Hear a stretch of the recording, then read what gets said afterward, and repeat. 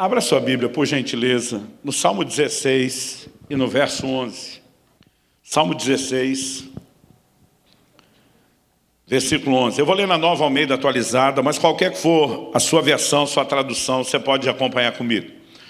O texto sagrado diz assim: Tu me farás ver os caminhos da vida. Na tua presença, a plenitude de alegria. À tua direita, há delícias perpetuamente.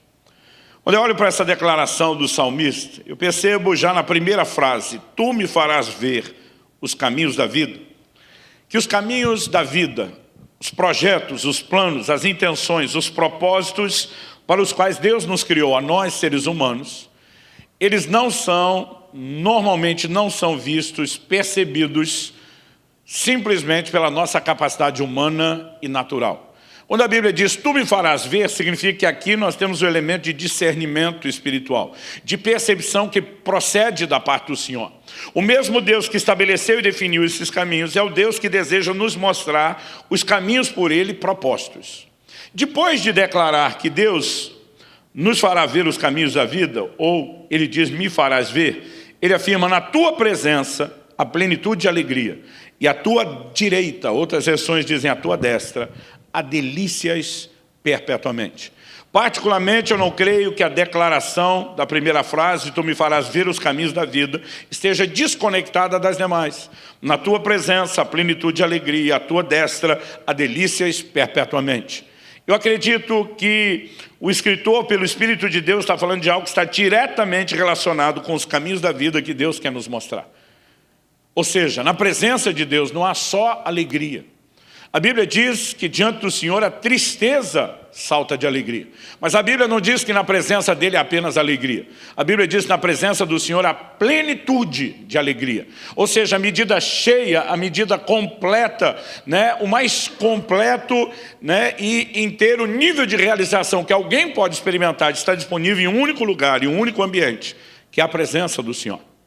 O texto também diz que à sua direita há delícias. Essa palavra fala de deleites, fala de prazeres, mas não prazeres passageiros, ele diz delícias perpétuas. Ou seja, são prazeres duradouros.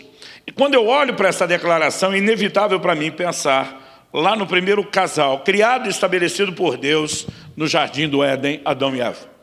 Quando Deus os criou, obviamente os criou para ter comunhão e relacionamento com eles. Eu brinco que Deus não respeitou nem a lua de mel do primeiro casal. Todo dia ele ia visitar aqueles dois, todo santo dia.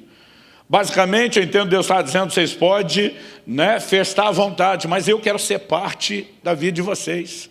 Eu quero ser parte, né, dessa vida cotidiana de vocês. E na minha presença vocês vão encontrar alegria plena, delícias perpétuas.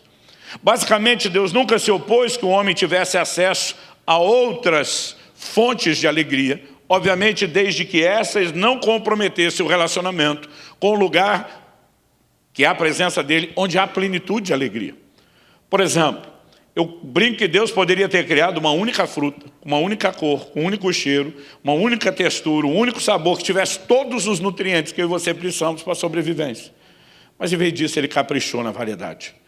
E lá no livro de Gênesis, você vê Deus dizendo para o primeiro casal, vocês podem comer de todas as árvores do jardim. Não sei na sua Bíblia, na minha todas vem caixa alta, maiúscula, negrito, né? Esse destaque à pluralidade.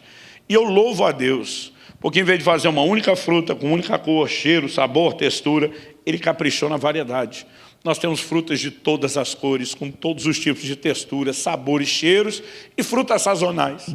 Você espera uma estação que terminou se repetir para ter acesso de novo àquela fruta, que até que a estação volte, você não tem acesso.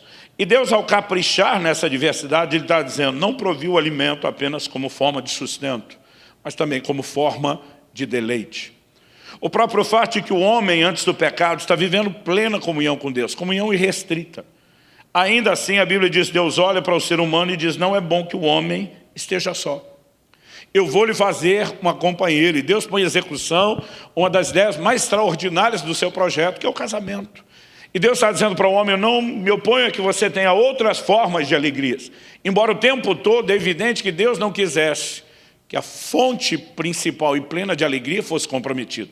Então Deus disse, vocês podem comer de todas as árvores do jardim, mas da árvore do conhecimento, do bem e do mal, vocês não podem comer. Então Deus está dizendo, há uma linha, há um limite que precisa ser respeitado. Porque se vocês se aventurarem buscando outras formas de prazeres, vocês podem se desconectar da forma principal e plena de prazer, que é na minha presença. E ao olhar para isso, eu fico me perguntando como esse primeiro casal, que tinha acesso ao lugar mais pleno e completo de alegria e realização, consegue ultrapassar a linha e o limite do proibido, se aventurando atrás de algo que não só não era a fonte de prazer completo, mas sabotaria o acesso deles a permanecer nesse lugar. Mas infelizmente foi o que aconteceu com a queda. Isso se torna trágico não apenas para o primeiro casal, isso desgraça a vida de toda a humanidade. E é o que exige que Deus coloque em operação o seu plano redentor. Então muito tempo se passa, e agora nós temos Davi, pelo Espírito, escrevendo essa declaração do Salmo 16. Davi foi um homem singular, não só na sua geração, mas quando você olha em todo o Velho Testamento, ele está muito acima da média. Um homem que foi chamado de um homem segundo o coração de Deus. Não apenas porque era um homem de fé e de grandes conquistas, não apenas pelo adorador distinto que era, mas há um pacote diferenciado que inclui a percepção da valorização do relacionamento com Deus. O camarada que no Salmo 27,4 diz, uma coisa eu pedi ao Senhor e a buscarei, que eu possa habitar no seu santuário todos os dias e contemplar a sua formosura. Esse camarada que era fascinado por Deus, ele começa a ter uma percepção espiritual daquilo que foi perdido lá no Éden, mas que Deus, por meio do seu plano redentor, em Cristo Jesus, haveria de resgatar. Na sua presença, a plenitude de alegria, a sua destra, delícias perpétuas. E esse camarada, diferenciado da maioria do seu tempo, que está tendo esses vislumbres espirituais, que tem um nível de comunhão e relacionamento com Deus diferenciado, em algum momento, também resolve ultrapassar um limite estabelecido por Deus e se aventura buscando prazeres e deleites que o desconectaria da fonte, não só da alegria principal, mas da mais plena e completa dimensão de alegria que alguém pode ter. O que me leva a honestamente questionar e perguntar, o que leva a gente, como Adão e Eva, que viveram a mais plena comunhão com Deus, comprometer aquilo que eles tinham. O que leva a gente, como Davi, a simplesmente se desconectar do Senhor, quando passar a viver algo extraordinário, que leva alguém a retroceder na sua comunhão com Deus. Porque isso vem acontecendo e não é de hoje. A Bíblia está cheia de exemplos, e quando chega o Novo Testamento, nós vamos ter inúmeras e recorrentes advertências. Uma delas está em Hebreus 3, de 12 a 14, quando a Bíblia diz, tenham cuidado, irmãos, para que nenhum de vocês tenha um coração mau e descrente que os leve a se afastar do Deus vivo. O texto que ouvimos hoje. Para se afastar do Deus vivo, presume-se que primeiro houve uma aproximação, que é a reconciliação por meio do sangue de Cristo e da obra da cruz. Mas a advertência é clara, tenham cuidado, irmãos, para que nenhum de vocês, então ele está dizendo, pode acontecer com qualquer um de vocês, que nenhum de vocês tenha um coração mau e descrente. Outra tradução diz um perverso coração de incredulidade que os leve a se afastar do Deus vivo. Então ele diz pelo contrário, que é o contrário de se afastar, permanecer juntinho, colado, ou como diria o mineiro, agarrado nele. Pelo contrário, animem uns aos outros todos os dias, durante o tempo que se chama hoje, a fim de que nenhum de vocês seja endurecido pelo engano do pecado. Nenhum de nós pode ignorar que essa possibilidade existe e que esse risco potencial está diante de cada um de nós. Mas o texto diz assim, porque temos nos tornado participantes de Cristo, se de fato guardarmos firme até o fim a confiança que desde o princípio tivemos. Inúmeros outros textos vão trazendo advertências semelhantes ao longo das Escrituras, e eu não quero gastar tempo lendo cada um deles ou sendo exaustivo, mas a pergunta a ser feita é, como se perde a sensibilidade para com Deus? Como alguém pode viver um retrocesso, uma comunhão profunda, para um lugar de distanciamento? Uma vez eu vi um certo pregador dizendo, o pecado não oferece nenhum tipo de prazer. Pensei, se não oferecesse, ninguém pecava. Só que a Bíblia diz, lá no livro de Hebreus, no capítulo 11, no verso 25, a respeito dos prazeres transitórios do pecado. O problema do prazer do pecado é que ele não é permanente, ele não é duradouro. ele é, na verdade, uma ilusão, porque é um prazer imediato que traz um alto preço, um alto custo, que não justifica aquele prazer transitório. Eu e você precisamos entender que é um lugar de prazer pleno e completo, de delícias que se encontra na presença de Deus. E o pecado é uma forma através do qual Satanás tenta enganar e separar os homens desse lugar da presença de Deus. Infelizmente, ele tem sido bem sucedido nos seus ataques com muita gente. Então a pergunta é: como se perde essa sensibilidade? Como alguém pode retroceder? Não estamos perguntando isso porque queiramos retroceder, mas é o tipo de pergunta que temos que fazer para que justamente a gente possa evitar o processo e preservar a sensibilidade para com Deus. Na verdade, se é um tema que eu possa dar essa mensagem de hoje, é preservando a sensibilidade para com Deus. No ano passado, eu estava fazendo um desses jejuns prolongados que Deus tem me chamado com mais frequência nos últimos anos. Eu estava diante de um homem de Deus que eu respeito muito na nação, um gigante espiritual lá do Brasil. E ele me fez uma pergunta. Ele disse: Luciano, talvez você esteja entre as pessoas que eu conheço que mais jejuem. O que tem te levado com tanta frequência, com tanta intensidade a essa prática do jejum? Eu disse para ele: pastorzão, se o senhor me perguntasse isso, aos 18 anos de idade, foi quando eu comecei a jejuar de forma mais intensa, frequente. Nessa época eu fazia jejuns de 3 a 7 dias na água todo mês. Eu responderia para o senhor, se a pergunta fosse feita naquela época, e talvez até uma década e meia atrás, eu responderia que era porque eu queria ver o sobrenatural.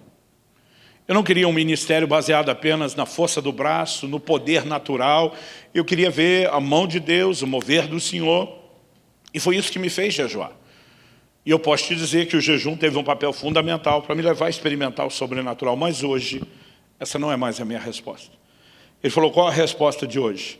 Eu falei: o que tem me levado com frequência a esse lugar e essa prática é a capacidade de perceber os prazeres espirituais. Ele me olhou e falou: me fale mais sobre isso. Eu falei: então vamos lá, pastorzão. Para te falar de algo que é espiritual, eu vou começar por algo que é natural. Eu falei: então, deixa eu dizer algo para o senhor. As pessoas costumam dizer, por exemplo, que a água não tem sabor. Quem jejua e faz jejum prolongado discorda. Porque a água tem gosto, e tem gosto muito diferente uma da outra. Mas normalmente a gente não percebe isso tanto, porque não há sensibilidade no nosso paladar. Mas depois de alguns dias jejuando, quando seu corpo passou por um processo de limpeza e desintoxicação, quando seu paladar não recebe mais aquele bombardeio diário de todo o tipo de sabor, você vai desenvolvendo uma capacidade, uma percepção assustadora. Eu falei para o senhor: tenho ideia, um dia desse fui pregar em algum lugar, e os pastores, depois do evento, iam sair almoçar juntos, e eles me falaram: sobre você não está comendo, pode ir para o hotel. Eu falei: de jeito nenhum. Vocês vão sentar na mesa do restaurante, vão continuar falando de Bíblia, compartilhando as experiências, o que Deus está fazendo. Eu falei: eu não vou ficar fora disso. Ah, mas nós não queremos te incomodar. Eu falei: fica tranquilo que não vai me incomodar nada. Eu falei: inclusive, hoje vão me dar o direito de um banquete. Hoje vai ser água com gás com limão espremido. Ainda brinquei com eles. E fomos para o restaurante. Quando chegamos lá, eu pedi para o garçom que nos atendeu, eu falei: meu amigo, você pode, além de me mandar uma água, me mandar um limão espremido? Ele: claro. Daqui a pouco ele vem e coloca um copo na minha frente. O copo era bem maior do que o normal. Quando a gente pede lá no Brasil o limão espremido, eles dão até um copinho menor com pouco limão. Normalmente o resultado de um limão só espremido. Mas o copo era bem maior e ele estava cheio quase até a boca, era muito limão. Quando eu li o tamanho daquilo, pensei: acho que ele não me entendeu. Ele deve ter achado que eu queria uma limonada. E eu peguei, inclusive observando a cor do limão, que não parecia estar tão forte, eu peguei e falei: vou dar uma provadinha para ver se ele entendeu ou não. E quando provei, eu achei aquilo tão doce, que eu chamei o garçom de volta e falei: amigo, acho que você não me entendeu, eu queria só o limão espremido e não uma limonada. Ele falou: senhor, isso não é uma limonada, isso é limão espremido. Eu falei: não pode, está doce. Quando eu falei assim: está doce, ele olhou para mim e falou: impossível. Eu acabei de ver o cara da cozinha espremendo um monte de limão aí, só tem limão aí. Eu pensei: será que eu estou doido? Eu peguei o copo, provei de novo. E quando eu provei, falei: mas está doce. O pastor que está na minha frente, curioso, comentou, falou: dá licença, deixa eu provar isso aqui. E ele passou a mão no copo, provou. Quando ele provou, ele fez uma cara de azedo, falou: pelo amor de Deus, Subirá, Só que é limão puro, como é que você está sentindo algo doce? Eu pensei, não, será que eu estou doido? Peguei de novo, provei. Eu falei, está doce. Aí todo mundo na mesa queria provar para fazer o tira-teima. Só que todo mundo fazia a mesma cara de azedo. E dizia, Subirá, pelo amor de Deus, isso aqui é só limão. E eu demorei para lembrar que depois de vários dias, né, em jejum, eu estava percebendo a frutose, o doce, o açúcar do limão, que ninguém conseguia perceber. E de repente falei, desculpa gente, foi mal. Eu vou acreditar em vocês, ele deve estar azedo mesmo. Né? E aí expliquei para eles, a turma riu daquilo, alguns me olharam com a cara de que coisa mais doida, estranha. Eu falei, pastor, por que eu estou dizendo isso? Porque o jejum traz uma limpeza no seu paladar que te dá uma sensibilidade diferente. Falei, agora, alguns dias depois, estou em outro evento. E saio com outro grupo de pastores para o almoço. E um deles, depois do almoço, pega uma sobremesa pronta que estava à disposição, que é uma salada de fruta. Ele falou, mas quando eu olho, o camarada, eu sei que o brasileiro se sente ofendido quando eu falo isso, mas quando eu falo dessa forma, mas esse pastor começou a regar aquela salada de fruta com aquela desgraça do leite condensado. Vou chamar de desgraça porque quem passa a viver sem açúcar, quando olha aquilo, dá um desespero. Eu queria pular por cima da mesa, eu queria voar no pescoço dele, eu queria gritar com ele, a fruta já é doce, você não precisa por isso. Mas quando eu pensei em pular no pescoço dele, eu lembrei quantas vezes eu coloquei o leite condensado na salada de fruta. E naquele momento eu consegui lembrar, falei, esse camarada está tão intoxicado de açúcar na dieta dele, né, no paladar dele, que não consegue perceber o doce da fruta.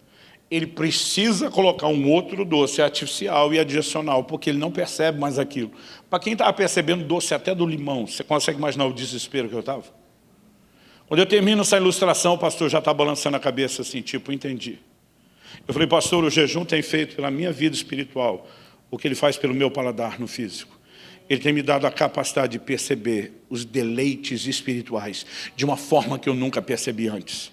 E de repente eu estou lendo, meditando, estudando a palavra e meu coração começa simplesmente a questionar, isso sempre foi doce desse jeito e era eu que não percebia. Às vezes eu estou no momento de oração, da adoração e na presença de Deus e eu digo para mim mesmo, para tudo, esse negócio era bom desse jeito e eu é que não percebia. E você começa a perceber que na verdade as pessoas têm reações e percepções muito diferentes de um mesmo ambiente. Por exemplo, no final de um culto, eu já tive irmãos me procurando dizendo, pastor, que culto foi esse? Que glória, aquele louvor, adoração, desde o primeiro acorde, já tinha anjo nadando de braçada. Né? Outro dia um falou para mim, pastor, ultimamente estou que nem miojo, 2 minutos já estou cozido, eu estou facinho.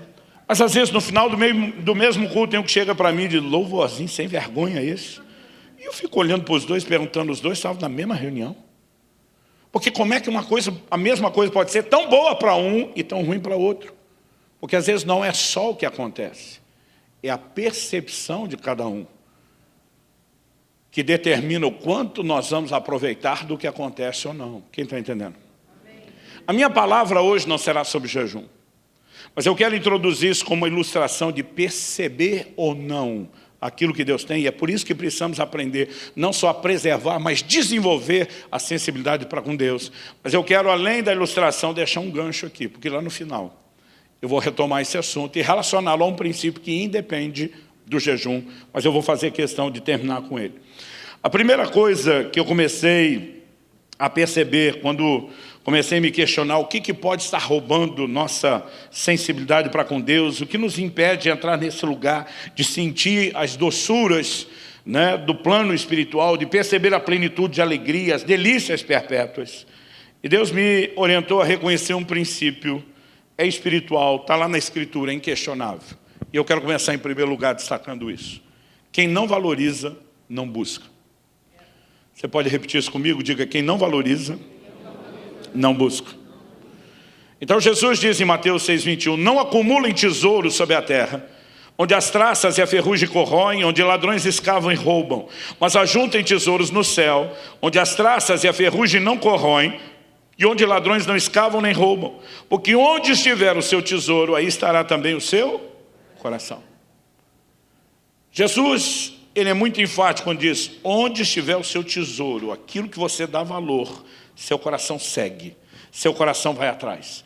Aquilo que você atribui valor, aquilo que você valoriza, determina não só o trilho na direção da qual você se move, mas a dedicação que você aplica na direção do trilho em que você vai seguir. E eu comecei a perceber nas Escrituras que isso é um fato.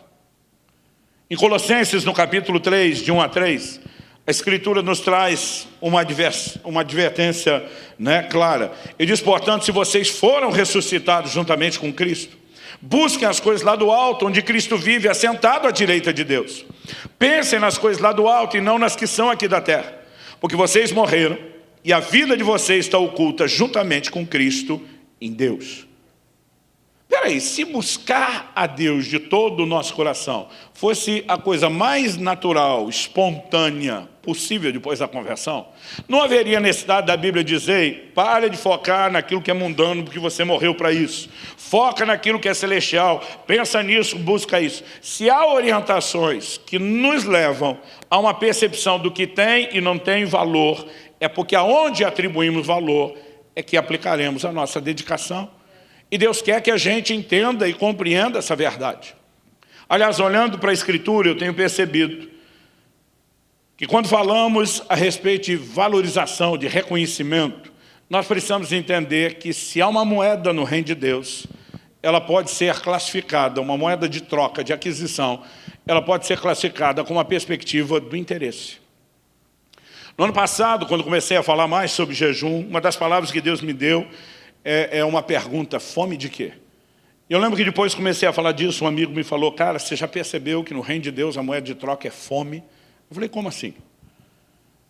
Falei, primeiro, a expressão que você usou, moeda de troca, já não me deixa confortável. Ele falou, não deixa, a maioria de nós. Mas Jesus fala de um grupo de virgens sensatas que foram comprar óleo. Jesus manda João escrever à igreja de Laodiceia, dizendo para eles, aconselho-te que de mim compre vestes brancas para que te vista, ouro refinado pelo fogo e colírio, de modo que você unja os seus olhos para que você veja. Ele está falando de compra. Eu falei, é verdade. Ele diz, mas ao mesmo tempo ele chama aquela igreja de pobre e miserável. Como quem é pobre e miserável compra. Eu falei, também é interessante. Aí ele citando algo que ele tinha ouvido um amigo, que eu já não sei mais quem é para atribuir crédito, ele menciona Isaías 55, que diz, todos vocês têm sede, venham às águas. E vocês que não têm dinheiro, venham, comprem e comam. Sim, venham e comprem, sem dinheiro e sem preço, vinho e leite. Ele olhou para mim e falou, como é que se compra sem dinheiro? Eu falei, é meio complexo isso. Ele falou, para quem não tem dinheiro, normalmente nós chamamos de doação. Ou vulgo 0800, ou na faixa, que a gente diz lá no Brasil. Mas ninguém compra sem dinheiro. Ele diz, não no natural. Mas no reino espiritual, o dinheiro não vale nada. Ele não é a moeda de troca. Aquele meu amigo diz, a moeda de troca no reino de Deus é a fome. Eu decidi reformular isso depois de prestar atenção no assunto. E dizer que às vezes Deus usa a ilustração da fome. No início do texto ele usa da sede. Ele diz, vocês têm sede, venham às águas. Mas a verdade é que ao longo da Escritura, o que você percebe que está em comum com todas as declarações é o interesse. Às vezes a sede será usada. No livro de Isaías, no capítulo 44, no verso 3, o Senhor diz, derramarei água sobre o sedento. Para quem ele vai dar água? Para quem quer água, para quem vai aproveitar a água, para quem não vai desperdiçar água. Para os seus discípulos ele diz, não deis aos cães o que é santo e não lancem pérolas aos porcos. Ele diz, nada deve ser entregue a quem não atribui valor ao que você está oferecendo. Outro dia uma pessoa olhou para mim e falou, pastor, me ajuda a entender como é que o Jacó fez uma transação financeira que garantiu o direito à bênção de Deus. Porque ele vai lá e compra do irmão com prato e lentilha o direito de primogenitura. Eu falei, Jacó não comprou nada, as coisas de Deus não podem ser compradas. Ele falou, não, a Bíblia de Jacó comprou. Não, a Bíblia diz que ele propôs uma negociata com o irmão. O que a Bíblia diz mesmo em Hebreus 12 é que Esaú desprezou o direito de primogenitura. Na verdade, que você tem uma pessoa atribuindo valor e outra pessoa desprezando aquilo que Deus ofereceu. Então Deus olha para eles e diz, não vou dar pérola aos porcos. Agora, esse aqui está pegando um sistema errado de negociação, mas ele tem interesse. De alguma forma ele está valorizando aquilo. O que autenticou, o que qualificaria Jacó a entrar no plano e no propósito de Deus não era o prato de lentilha, era a valorização daquilo que o irmão não valorizava. Dá para perceber isso? Então no reino de Deus é um princípio claro no reino espiritual. Quem não valoriza, não busca. O que me leva a trabalhar, em segundo lugar, uma extensão desse pensamento. Em segundo lugar, eu quero fazer agora uma pergunta. O que nos impede de valorizar mais a Deus?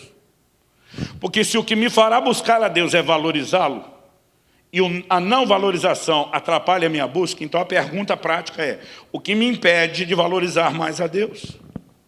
E eu percebo que a Escritura diz e responde que a valorização das outras coisas em detrimento do valor de Deus que nos atrapalha nisso.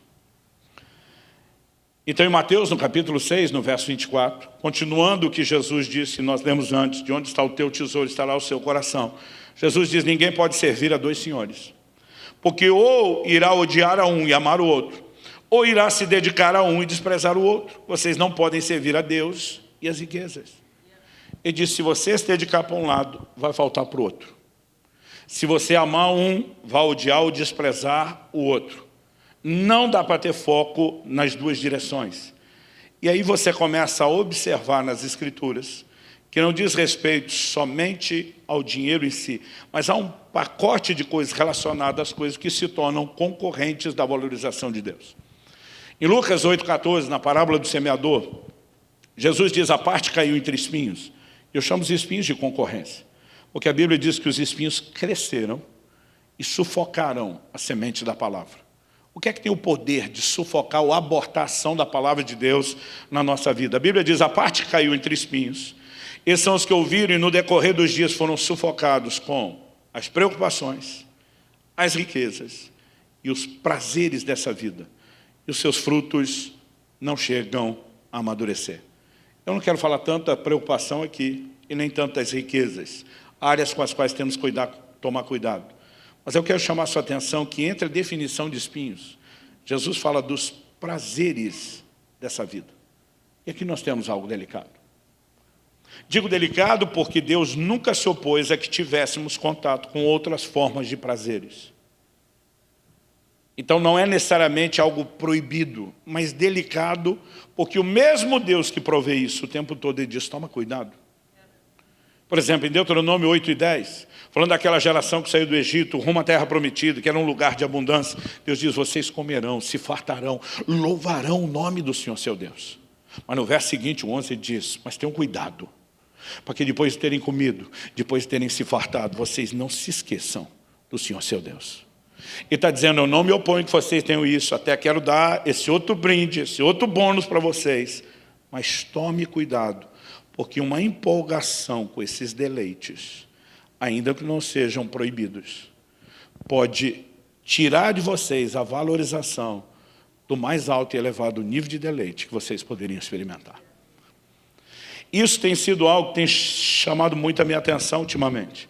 Em 2 Timóteo, no capítulo 3, a partir do verso 1, a Bíblia pontua com toda clareza que no tempo do fim, nós teremos uma marca. A Bíblia diz, sabe, porém, isso, nos últimos dias sobrevirão tempos difíceis.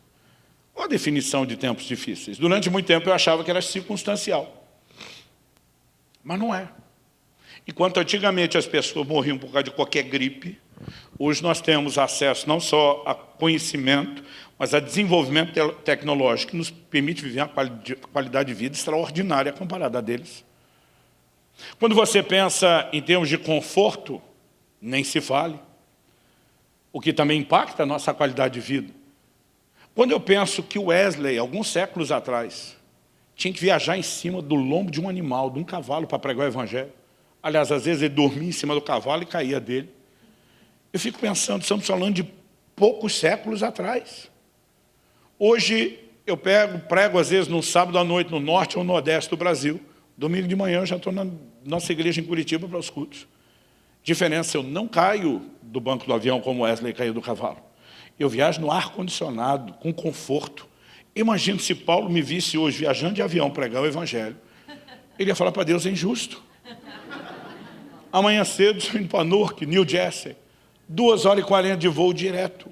Quanto tempo eles levariam para fazer um trecho, uma distância como essa? Eu acho que ele ia protestar com Deus e ia dizer injusto. Pelo menos é o que eu sinto quando eu vejo as crianças jogando videogame. Eu falo para Deus, gente, não tinha nada disso.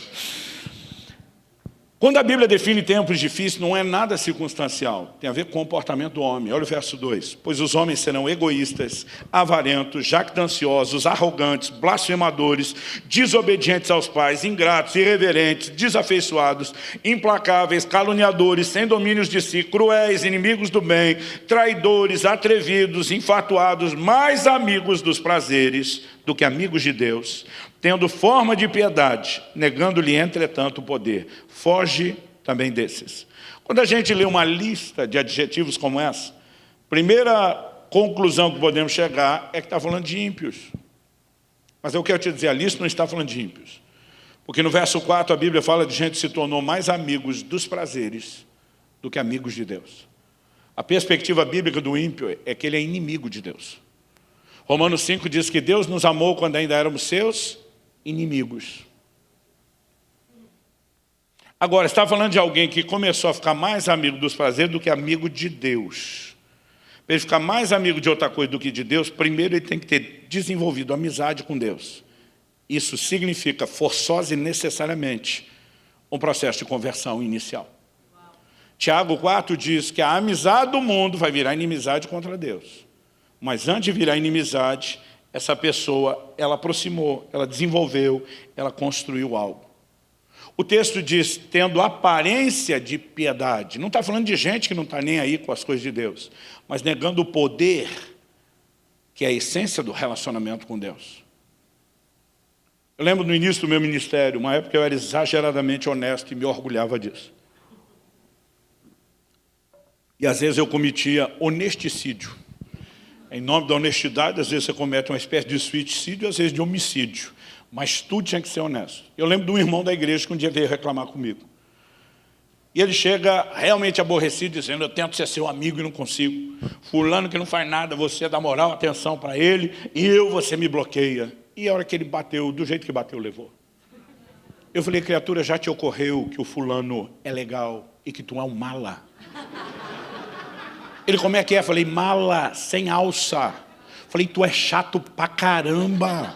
Ninguém aguenta ficar perto de você, você reclama de tudo, de todos, você é uma pessoa chata. Eu não quero ser seu amigo. Eu não posso negar ser seu pastor, porque Deus me obriga a isso. Mas eu não sou obrigado a ser seu amigo. Eu falei, agora, você vive reclamando de todo mundo, que todo mundo te bloqueia. Já parou para pensar que não é o mundo inteiro que está errado? Pode ser que o mundo inteiro está percebendo que você recusa perceber, que tu é que tem o problema. Pensa num cara que eu quase destruí a vida dele. Com o tempo Deus foi me ensinando que você pode. Hoje, pastor, se eu conversasse com ele, o senhor mudou de ideia? Não, eu só mudaria o discurso. A abordagem seria bem mais suave, né? Conduziria de uma forma diferente para tentar ajudá-lo e não matá-lo, como eu acabei quase fazendo com ele. Mas aonde eu quero chegar? De quem que normalmente queremos ser amigos? Daqueles que nos agradam. Agora, alguém já virou amigo de Deus, está encontrando prazer nisso, mas de repente começa a querer ser mais amigos dos prazeres do que de Deus. Significa que ele perdeu a capacidade de se saciar, de ser agradado aqui, e ele está sendo atraído para uma outra direção. E isso, eu não sei para você, mas traz temor ao meu coração. Porque é fácil a gente falar de um Adão e Eva que viveram nesse lugar e perderam. É fácil a gente falar de um Davi que descobriu algo extraordinário nesse lugar e de repente cruza a linha para o lado de cá. Mas a pergunta é, será que eu e você não estamos sujeitos a isso? Outro dia alguém falou para mim, não, a expressão para mim, amigo dos prazeres, fala do ímpio. Eu falei, não, o ímpio, a Bíblia apresenta com outro rótulo, chama de escravo dos prazeres, não de amigo.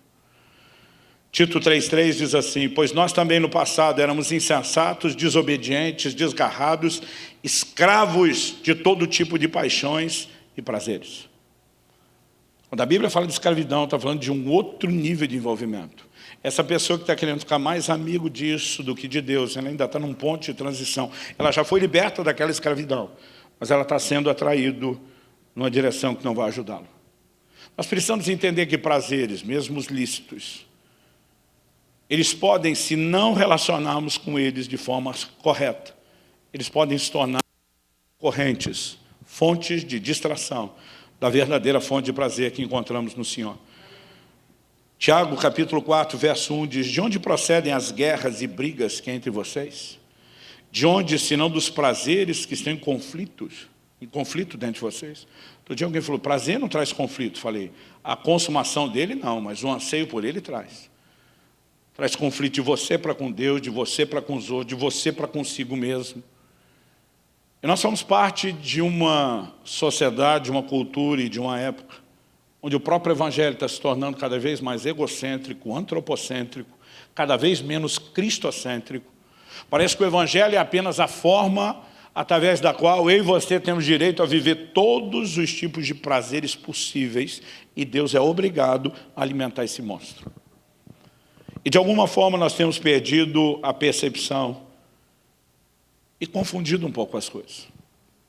Por exemplo, eu creio nas promessas bíblicas de provisão e prosperidade material. Mas os crentes começaram a usar isso para mascarar sua ganância, sua avareza. Eles não conseguem perceber algo muito sério dentro deles que vai prejudicar o seu relacionamento com Deus. Bom, se por um lado dissemos que quem não valoriza não busca, e questionamos de forma prática o que nos impede de valorizar mais a Deus, que são essas outras formas de prazeres que concorrem com o lugar de importância de Deus. Em terceiro e último lugar, eu gostaria que a gente questionasse o que é que nos ajuda a valorizar Deus. Então, se a valorização das outras coisas em detrimento da valorização de Deus me atrapalha, eu e você temos que trilhar o caminho oposto. É a valorização de Deus em detrimento de outras coisas que vai fazer toda a diferença. Ah, pastor, alguém tinha que ter tido essa descoberta brilhante antes. O problema não é a gente não ter a descoberta. A maioria de nós sabe disso. Aliás, todo ano a gente promete, esse ano eu vou orar mais. Começa o ano novo esse ano, eu vou ler mais a Bíblia. Esse ano eu vou estar mais comprometido com Deus e com a igreja. Alguns às vezes prometem, vou até jejuar. A questão é que isso não se resolve com o consentimento mental. Aí nós vamos voltar lá no texto do início. Tu me farás ver os caminhos da vida.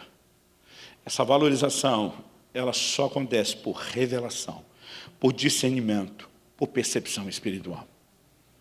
E não adianta simplesmente eu e você apenas tentarmos equacionar as coisas aqui na nossa mente.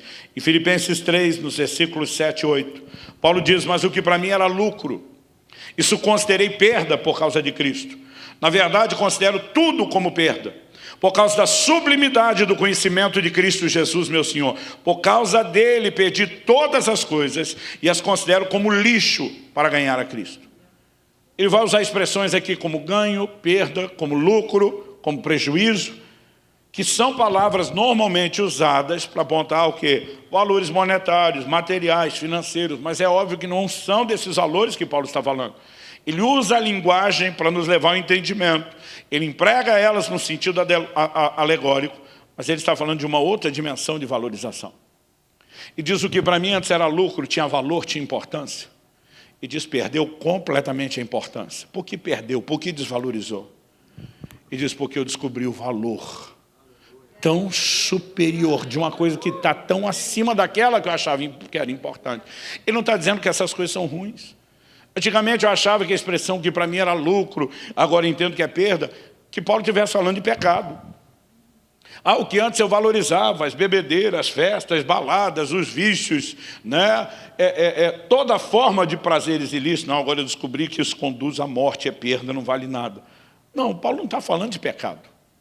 E diz, eu considero como perda todas as coisas, ele não está falando só coisa ruim. E se você olhar os versículos anteriores, ele na verdade vai falar da valorização da performance religiosa. Então ele não está falando de pecado. Mas ele está dizendo, o que antes tinha um patamar de importância e valor, desvalorizou. Quando eu descobri o valor de quem? Ele diz a sublimidade do conhecimento de Cristo Jesus, meu Senhor. Essa palavra traduzida aqui na minha versão como sublimidade, em outras traduções ela aparece como excelência. Na NVI ela aparece como a suprema grandeza do seu conhecimento. É uma palavra de uma tradução desafiadora, porque ela tem um significado extenso, amplo. Essa palavra no original grego é hiperétio. Ela significa manter-se sobre, de acordo com os léxicos, sobressair-se, elevar-se, destacar-se, estar acima, ser superior em posição, autoridade e poder. Ela fala de proeminência.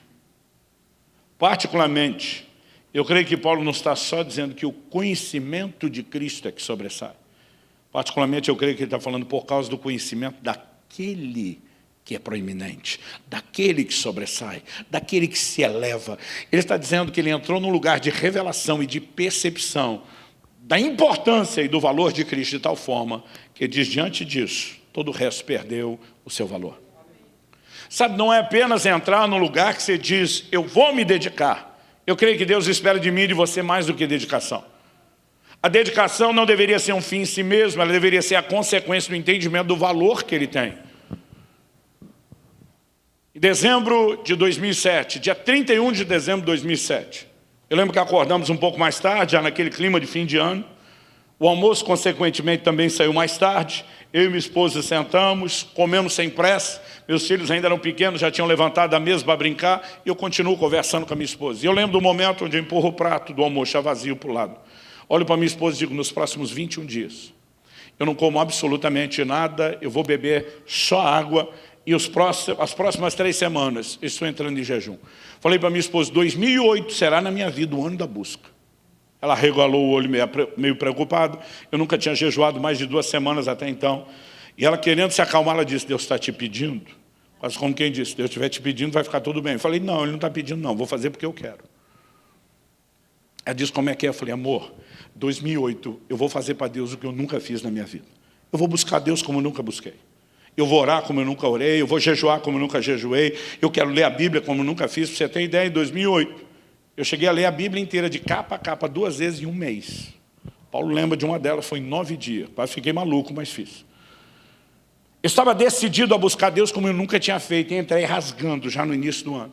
Os primeiros 21 dias no jejum, eu estou ali lendo a Bíblia, orando, né, como nunca tinha feito. No dia 19 de fevereiro, eu fazia menos de 1 mês do término do meu jejum. Nós tivemos uma experiência com Deus numa reunião de líderes que para mim foi inesquecível. A gente não considerava aquilo um culto, era uma terça-feira à noite. A gente tinha uma oração, uma palavra de alinhamento, ou doutrinário, ou da visão da igreja, de encorajamento de trabalho. Enquanto alguém fazia oração de abertura e eu já ia entrar com a palavra, um passa a mão no violão, olha para mim e faz uma cara de pidão com o dedinho assim, posso tocar uma só? Eu, contrariado, fiz assim, uma só. Como quem diz, nós não estamos aqui para isso. Esse camarada pegou o violão e começou a dedilhar uma canção do Marcos Witt. Eu te busco, te anelo, te necessito. E até hoje eu não sei explicar o que aconteceu. Eu brinco que alguém lá no céu resolveu apertar o botão que ativa o modo glória. Glory Mode. E de repente, o Senhor nos visitou ali de uma maneira que eu não conseguia entender. Eu não me lembro de nada igual antes e depois. Não sei se foi a mesma intensidade para todo mundo, mas a reação da maioria das pessoas foi muito semelhante. Eu acho que nem se a gente tivesse combinado, ensaiado, coreografado, a gente conseguia um resultado tão simultâneo. Eu olho na sala e quase todo mundo começou a ajoelhar, prostrar, deitar com a cara no chão e choro, choro, choro, todo mundo chorando. Eu chorava que nem criança e não sabia nem porque eu estava chorando. Eu começo a questionar a Deus, como líder na reunião, dizendo, Espírito Santo, o que o Senhor está fazendo? Para onde isso vai? O que o Senhor quer? O Espírito Santo diz, estou chamando vocês a um lugar de arrependimento profundo. Pensei, faz sentido essa choradeira com o chamado ao arrependimento. Mas eu falei, Deus, arrependimento do quê? O arrependimento não é genérico, ele tem que ser específico. Eu lembro uma coisa que me deixava abolado quando criança, é que alguns amigos de meus pais, quando nos visitavam em casa, na hora de ir embora, eles diziam assim para meus pais, desculpa qualquer coisa. Eu, como criança, ficava pensando, que negócio estranho é esse? Desculpa qualquer coisa. Se fez uma coisa errada, peço desculpa por aquilo. Se não fez, não peço por nada. Aquele negócio de desculpa qualquer coisa, na hora eu falei para Deus, arrependimento de quê? A gente não pode dizer para o Senhor, desculpa qualquer coisa. E o Espírito Santo falou comigo, vocês precisam se arrepender por não estarem me buscando como deveriam. E quando ele falou isso, eu confesso que me ofendeu. Eu estava no ano da busca. Eu tinha acabado de sair do maior jejum da minha vida. Eu estava orando e lendo a Bíblia que nem um condenado, literalmente que nem um condenado, para ler o tanto de vezes que eu me propus. Às vezes era 2h30 da manhã, 3 da manhã, eu estava quase dormindo em cima da Bíblia. Mas se eu não lesse aquela cota todo dia, eu não ia manter o ritmo que eu precisava. Mas eu estava fazendo tudo que estava ao meu alcance. E, obviamente, eu não teria a insensatez de querer discutir com Deus. Aprendi com meus pais desde criança, tem pelo menos 2 tipos de gente que você tem que dar respeito. Quem é mais velho do que você e quem tem mais autoridade que você. E Deus é no mínimo os 2. Mas o meu sentimento queria gritar de volta para Deus. Se isso não está bom para você, quando é que vai estar? Porque eu ficava pensando, cara, se com tudo isso ainda tem que me arrepender. Falei, cara, que nível de exigência é esse? Mas não falei, eu mordi a língua, só pensava, não peca, não peca, não fala, não fala. Mas o sentimento estava borbulhando. E como diz o salmista, a palavra ainda não me chegou à boca, e tu já conhece. Para Deus você não precisa falar, você sentiu, Ele ouviu, você pensou, Ele ouviu. O que você vai pensar daqui 10 anos, Ele já ouviu. E apesar de eu não ter perguntado porque Ele ouviu, Ele respondeu. E eu nunca mais vou esquecer a resposta. A resposta foi que se tornou o título de um dos nossos livros. Ele disse, até que nada mais importe. E diz, quando você chegar ao ponto onde nada, absolutamente nada, é tão importante para você quanto eu sou, você chegou ao lugar que eu quero que você chegue. Ele me disse, nesse momento você não está indo para lá. Ele diz, você chamou 2008 de o ano da busca. Mas a única coisa que você está fazendo diferente é a valorização da performance. Você está quebrando seus recordes de jejum, você está quebrando seus recordes de leitura bíblica e de oração, mas isso não significa que o seu coração me deseje mais do que desejava antes. Sabe, não adianta eu e você apenas entrarmos no lugar e dizer, vamos dar ritmo. É mais do que a performance. O que eu e você precisamos entender que o centro de tudo é a importância. É a valorização. E é por isso que o salmista diz, tu me farás ver os caminhos da vida. É aqui que eu e você precisamos de uma revelação de que na presença dEle, e só lá, é que a plenitude de alegria, é que há delícias perpétuas. Eu disse antes que eu voltaria fazendo um gancho no final com a questão do jejum. Pastor, o que ele tem a ver com isso? A pergunta a ser feita é, a gente deve esperar que essa concorrência desapareça espontânea, natural e automaticamente? Ou nós temos que fazer algo intencional para que essa mudança de percepção aconteça? Quando a Bíblia fala de uma nova natureza, ela não fala de soluções automáticas. Em Romanos 8,5 a Bíblia diz, os que se inclinam para a carne, pensam, cogitam das coisas da carne. Mas os que se inclinam para o Espírito, cogitam das coisas do Espírito. Cogitar é pensar e sentir. Na verdade, a área a qual eu e você nos inclinamos é que assume o controle e o governo do que pensamos e sentimos. Então, o que eu e você precisamos entender é que, em vez de apenas esperar que em algum momento a gente acorde mais crente, fruto de um avivamento espontâneo, acordei desejando Deus, nós precisamos escolher esse tipo de coisa. E como escolhemos? Além de começar por uma descoberta, eu e você precisamos interagir com Deus. E aqui, que eu quero destacar para você, qual é o poder da abstinência na prática da vida cristã.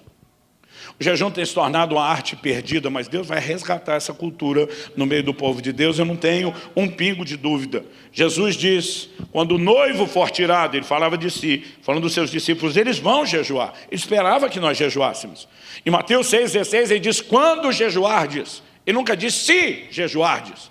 Ele diz, quando fizerdes, ele nos orienta como deveria ser feito. Ninguém orienta como fazer alguma coisa, a menos que espere que a pessoa orientada faça o que ele está orientando fazer.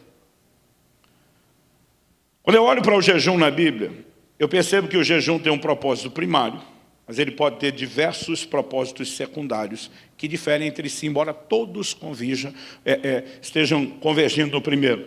Propósito primário. Em Daniel 9,3 a Bíblia diz, voltei o rosto ao Senhor Deus, para o buscar com oração, com súplicas e com jejum. Buscar a Deus é o propósito primário do jejum. Em Joel, no capítulo 2, no verso 12, Deus diz, convertam-se a mim de todo o coração, com jejuns. Outras traduções dizem, voltem-se a mim de todo o coração, e isso com jejuns. O propósito primário do jejum é buscar a Deus. Agora, além do propósito primário, você pode ter propósitos secundários que são diferentes entre si. Você vai encontrar na Bíblia gente jejuando para arrependimento.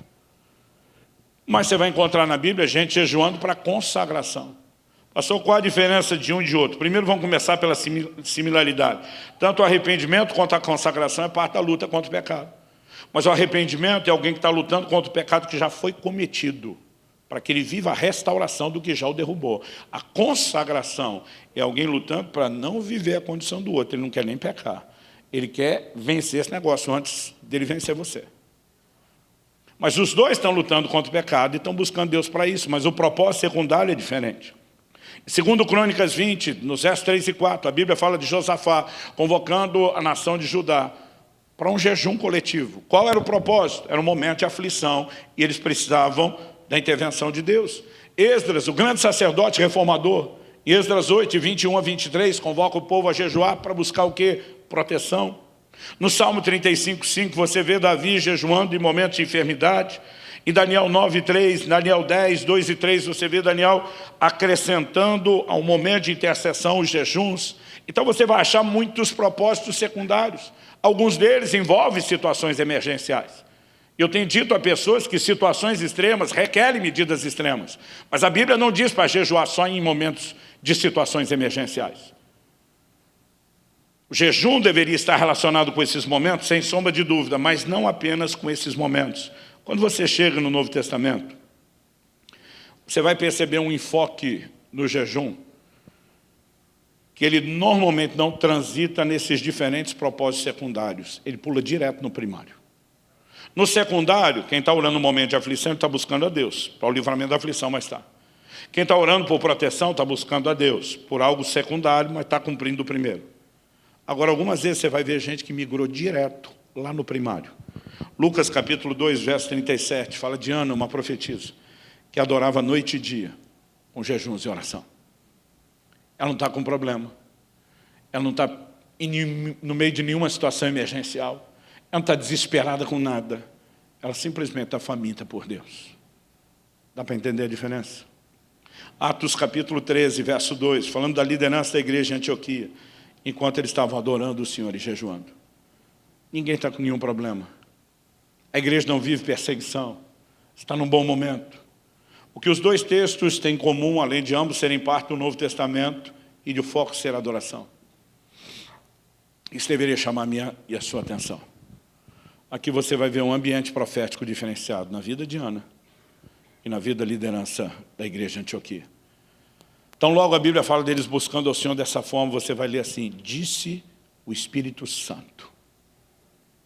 Porque quando eu e você começamos a buscar a Deus pelo que Ele é, e não só pelo que Ele faz, nós não vamos entrar num lugar que provoca só intervenções, nós vamos entrar em um lugar que provoca relacionamento, amizade, intimidade. E eu fico impressionado com isso. Ao olhar para as Escrituras, eu percebo que a abstinência, o que inclui principalmente o jejum, ela nos ajuda a desenvolver que tipo de mentalidade? Em 1 Coríntios, no capítulo 7, Paulo está falando sobre a vida íntima do casal. Hoje em dia a gente tem que explicar o casal casado, cristão. E ele diz o seguinte, que um não deveria se negar, se privar ao outro. A ênfase e o foco, você olha os versículos anteriores, é a intimidade, né, física do casal, a vida sexual do casal. Ele está dizendo, não vos priveis, não vos negueis um ao outro. Aí ele vai dar a única exceção. Ele está dizendo que nessa área, o casal cristão também tem que ter avivamento. Mas ele está dizendo, a única coisa que justifica uma pausa, não é má vontade de um para com o outro. E diz, a não ser, talvez. Aí diz, de comum acordo, os dois têm que ter em concordância. E diz, a fim de vos dedicardes à oração. Pastor, o senhor está querendo dizer que quando o casal está vivendo a intimidade, o avivamento deles não pode orar? Não, não é isso que a Bíblia está dizendo. Ela está falando que aqui você tem a vida normal de oração. Aqui você tem a dedicação, a disposição de entrar no lugar profundo. O que a Bíblia está nos ensinando? Que quando a gente vive numa consciência demasiada dos prazeres inferiores, que não são ilícitos, nós jamais entraremos numa consciência profunda dos prazeres superiores. E nós somos parte de uma cultura onde mesmo o Evangelho é para valorizar a provisão, a cura, a resolução dos problemas, a minha alegria, e o tempo todo nós deixamos de perceber que a plenitude e a alegria está do lado de cá e não naquilo. Você olha para a primeira geração que pregava o Evangelho, esses caras às vezes eram privados de comida, de roupa, de liberdade, eram presos e tinham alegria, que nós que temos tudo não temos. Porque nada os tirava desse lugar, da presença do Senhor. onde há não só plenitude e alegria, mas delícias perpétuas. Eu particularmente creio que o jejum é uma das maiores ferramentas que nos ajudarão a diminuir a importância demasiada que damos ao que concorre com Deus, para resgatarmos a sensibilidade para com Deus. Eu quero terminar lendo uma frase que é atribuída a um camarada chamado Edward Farrell. Ele diz: quase em todos os lugares, em todos os tempos, o jejum sempre ocupou um lugar de grande importância, visto que ele se encontra estreitamente relacionado com o profundo senso religioso. Talvez isso explique a negligência do jejum no nosso tempo. Quando o significado de Deus diminui, o jejum desaparece. Em contrapartida, eu creio que poderíamos dizer, quando o significado de Deus aumenta, o jejum é resgatado. Em Atos 17, pregando em Atenas, o maior palco da filosofia do mundo dos seus dias, o apóstolo Paulo fala não só de Deus criando o homem, mas ele estabelece um indicativo de propósito. E diz: de um só homem Deus fez todas as raças e tribos dos homens. O indicativo de propósito, para que o buscassem. Eu e você fomos criados, eu e você existimos para buscar a Deus. Ah, pastor, Deus é carente, precisa da nossa busca? Não. Os versos anteriores, o 24 e o 25, ele diz que Deus não é servido por mãos humanas, como se necessitasse de coisa alguma. Então Deus não tem necessidade de nada, Ele é absoluto, completo em si mesmo. Não é Deus que precisa da nossa busca. Nós é que precisamos da busca. Porque somente no lugar da presença dEle seremos preenchidos. Somente nesse lugar viveremos plenitude de alegria e delícias perpétuas. Mas não chegaremos aqui sem a valorização. Que quem valoriza não busca. E não valorizaremos isso enquanto valorizarmos demais as outras coisas. E não conseguiremos diminuir a valorização das outras coisas, aumentando essas, sem alguns processos. Nesses processos, eu particularmente tenho percebido o peso e a importância do jejum. Jejuns frequentes, recorrentes, sejam intermitentes, sejam parciais, sejam prolongados, eles têm um poder fora do comum. O chip muda na sua forma de pensar. A Bíblia diz: inclinou para a carne, pensa e sente de acordo com essa inclinação. Inclinou para o espírito, pensa e sente de acordo com isso aqui. Quando eu e você começamos a mortificar a carne e permitimos que o jejum se una com a sua irmã gêmea chamada oração, há uma capacidade, eu brinco que o chip muda, a maneira de pensar e de processar muda. As coisas materiais perdem absurda e inexplicavelmente o seu valor e a sua atração. O coração fica blindado contra a ofensa. O centro de gravidade muda. Eu digo que o centro de gravidade da terra puxa para baixo, mas o centro de gravidade do reino de Deus puxa para cima. Buscar as coisas que são do alto. Pensar nas coisas que são de cima. Se nós tentarmos transicionar para o lado de cá por mero esforço, nós podemos nos tornar religiosos cuja performance melhorou, mas isso não traz nenhuma garantia de preenchimento. Agora, quando conseguimos entrar nesse lugar de dizer: Deus, abre os meus olhos, me faça ver os caminhos da vida, e começamos a entrar no lugar de discernimento, essa percepção começa a mudar tudo. Muda o nosso estilo de vida, muda a nossa maneira de se conduzir. Se Deus nos planejou para buscá-lo, e obviamente Ele queria que essa busca desse resultado, porque diz: buscar-me-eis e me achareis, quando me buscardes de todo o vosso coração. O que é que Deus tinha em mente? Salmo 25:14 diz que a intimidade do Senhor é para aqueles que o temem, aos quais Ele dará a conhecer a sua aliança. Quando eu paro para pensar que o Deus Altíssimo, Criador, sustentador de todas as coisas, está dizendo: eu quero ser seu amigo. Eu quero ter comunhão e relacionamento com você. Eu não sei você, mas eu acho o máximo.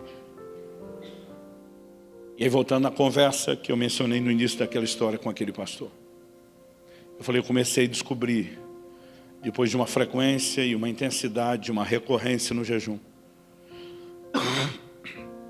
que a capacidade de ver os caminhos da vida, ela começa a ser dilatada ela começa a ser ampliada à medida que vivemos um intencional desprezo e mortificação das outras formas de prazeres, mesmo os lícitos.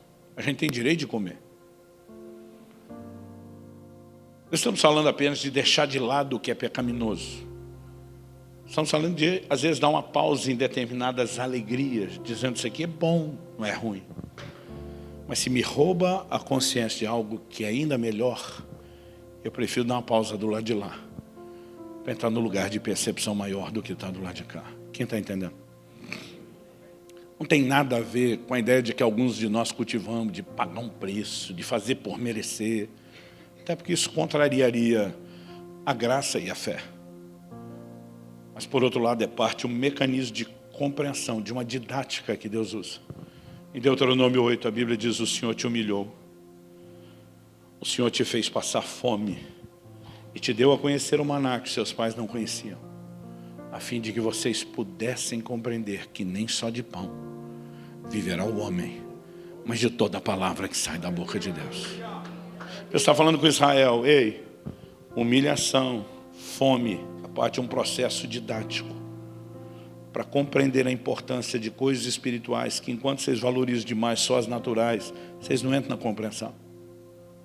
Jesus pega esse texto e usa em Mateus 4 para falar do jejum. E quando ele cita exatamente nem só de pão viverá o homem, mas de toda a palavra que sai da boca de Deus, ele está dizendo mais do que a fome por aquilo que é natural e ilícito. Eu tenho fome por aquilo que é espiritual, por anseio. Mas aí você não entramos nesse lugar de compreensão, sem passar pela fome e humilhação. Quando a Bíblia fala de jejum, é lógico que a fome está implícita. Você vai fazer um jejum prolongado, depois de alguns dias você não vai ter mais fome. Mas até que chegue o momento da fome passar, você vai ter fome. A Bíblia chama o jejum de humilhar-se, de afligir-se. Mas de alguma forma esse processo didático te leva a um lugar de que a grande importância não está naquelas coisas das quais abrimos mão temporariamente. Ele abre a percepção de que há coisas mais importantes e prazeres mais elevados. E eu quero te encorajar a fazer coro com o salmista, dizendo: tu me farás ver os caminhos da vida. Tu me farás ver os caminhos da vida na tua presença, a plenitude e a alegria. Eu não quero te oprimir em relação ao jejum a fazer algo que te assuste. De um cara desse falou: não, pastor, é verdade, o senhor anda fazendo jejuns de 40 dias? Ele falou: pelo amor de Deus, eu quase morri de pensar. Eu falei: não estou tentando te arrastar para o lugar onde eu estou tentando te empurrar um pouquinho além do que você já foi. Se você nunca fez, está na hora de começar. Se você já começou com jejuns menores de 1 ou 2 refeições, está na hora de encarar o dia inteiro. Já fez um dia inteiro, está na hora de avançar um pouquinho. Mas se a gente simplesmente começar a ser um pouquinho mais recorrente, um pouquinho mais insistente, e usar de forma metódica essa ferramenta, nós vamos ver muita diferença na nossa vida. Você recebe essa palavra em nome de Jesus.